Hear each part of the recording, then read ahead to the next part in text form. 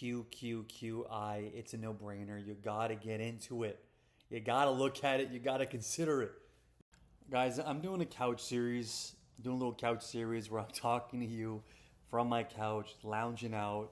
I shouldn't need to be in a fancy studio. I'm just going to do it where I'm at and talk to you guys where I'm at in a comfortable setting. So today, let's talk about QQQI. Not just QQQ, but QQQI.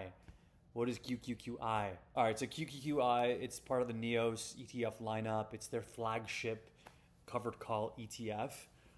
It specializes in tax efficient and income focused investment strategies using options and covered calls to generate that yield. Specifically, of course, the QQQI invests and gets you exposure to a covered call solution and NASDAQ 100 names like Apple, Microsoft, NVIDIA, Amazon, while layering in this covered call strategy. And basically with the covered call strategy, what's happening is they're collecting premiums by selling call options on these tech stocks and then distributing the money back to investors on a monthly basis. But check this out. We're talking about a 14% yield, annual yield of 14%, almost above a 1% yield monthly, which is kind of insane. There are other ones out there, JEPQ and JEPB, and they're good, but this one's more efficient from a tax perspective. You know what? I like it. I like its stability. I like its NAV stability and the net asset value. I like its net asset value stability. If you look at other ETFs, maybe like from Global X or from Yield Max, you see a lot of NAV erosion. You see a lot of the price of the value of the asset declining over time.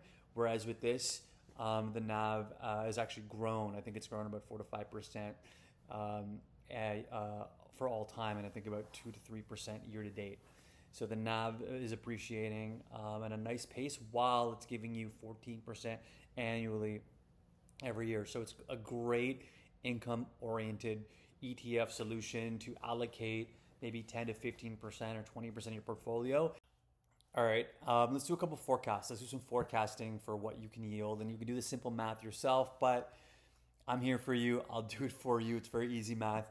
But let's say you did 150K, you invested 150K into QQQI.